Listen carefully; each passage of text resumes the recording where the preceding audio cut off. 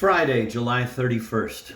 When I got back from the patisserie, Mackie was sitting out on the terrace drinking coffee. Bonjour, he said. His French was much better than mine. Bonjour, I replied. We sat and talked about his and Rory's stop in London, where they had stayed with Letty's daughter, Rory's cousin, Agnes, who had squired them around the city's landmarks.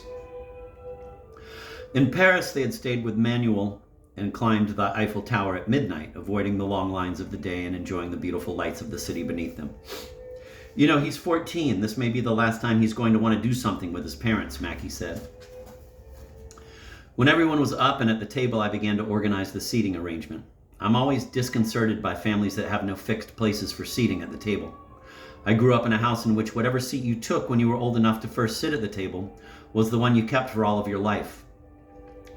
When someone died, you simply left their place vacant until a new family member arrived. Even now, when I go home, half a century after I first left, I sit in my assigned seat. No, that's where Jack sits, I told Rory. He moved toward Letty's chair at the head of the table. I shook my head no. Your Aunt Letty always sits there. Rory stood back from the table, afraid to make a move. Helmut always sits there, I continued, pointing, and Madeline next to him. I sit here, and pointing to the other chair.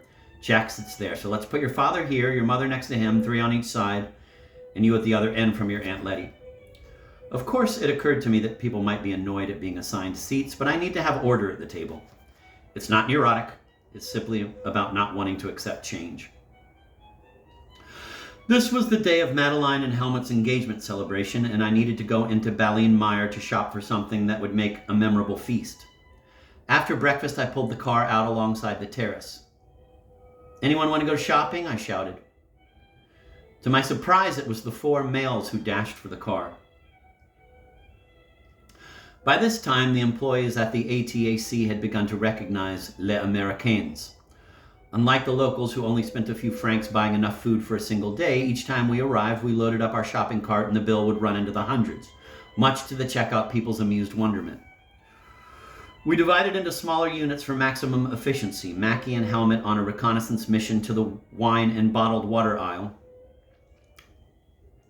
Rory pursuing breakfast checks and chocolate, and Jack and I ferreting out a couple of rabbits. When Helmut pointed out some little green plums like the ones he and Madeline had eaten on their trip to the coast, I was inspired to make a green plum tart and grabbed a pre-made butter pastry from the cold case. We were in and out of the market in a matter of minutes, and as we pulled back into the drive, I cried to the women of our group, who were sitting out on the terrace in the sun. Home are the hunters, home from the hill. Did you by any chance shoot any dish detergent? Madeline called back. Lunch was simple, a little tomato and lettuce salad and a traditional vinegar and oil dressing with cheese and baguettes out on the terrace. From the distance of the fairgrounds, we could hear people setting up for the Donkey Festival, scheduled to begin the next day. A weekend of music, food, games, and rides with exhibition donkey races, donkey plowing contests, a donkey soccer playoff, and a finale of fireworks on Sunday evening.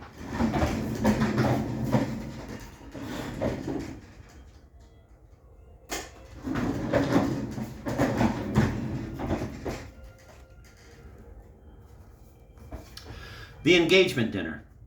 Roast rabbit and red wine, pleurettes, and herbes de Provence. Green beans sautéed in olive oil and garlic. Green plum custard tart, 1995, Domaine d'Austric. That afternoon, as the women began the ritual of dressing, I cut apart and dusted the 2 rabbits with flour and quickly browned them in a mix of olive oil and butter. Placing the pieces into a terracotta baking dish, I sprinkled them generously with herbes de Provence, covered them in sliced onions, and added about 1.5 pounds of sweet mushrooms, or pleurettes. Then poured an entire 1/5 of red wine into the dish and covered it, setting it aside to marinate for a couple of hours.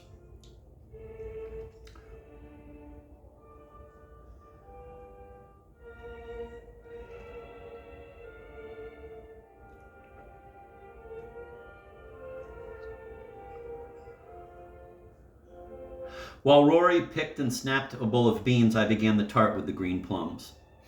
What a pleasure it was to simply unwrap a round of butter pastry and lay it in the tart dish. Cutting the plums in halves, I removed the pits, laying the halves into the dish until it was filled. Then I whipped 8 eggs with a cup of sugar and a little cinnamon and poured it over the plums.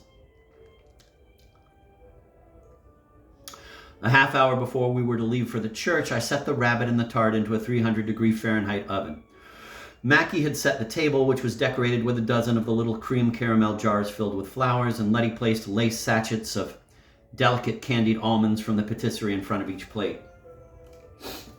Madeline appeared in the white sleeveless blouse she had bought in Saumur and a long printed skirt with a shawl tied at the waist.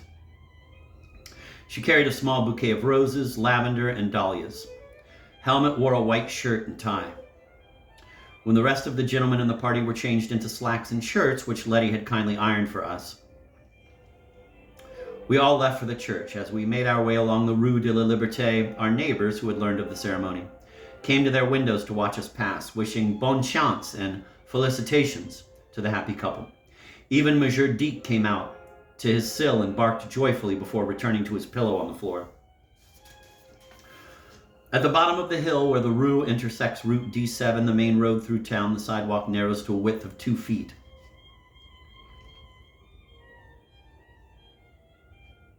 So that we were pressed into a single-file procession. Dressed in our finery, we looked like a parade of revelers, self-conscious but happy as we made our way along the street, past houses and shops to the church of Saint Rocher in the center of town.